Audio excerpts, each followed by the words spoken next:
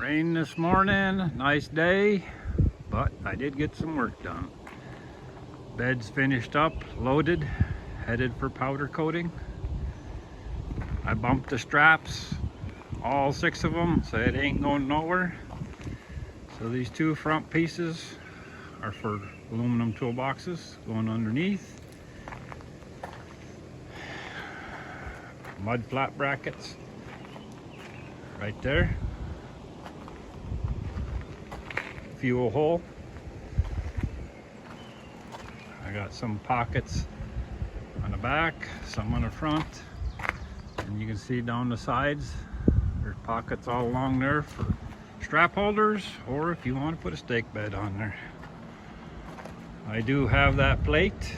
It's removable for wiring and mounting the bed up. I'm liking it. Everybody can comment, guess which color it's going.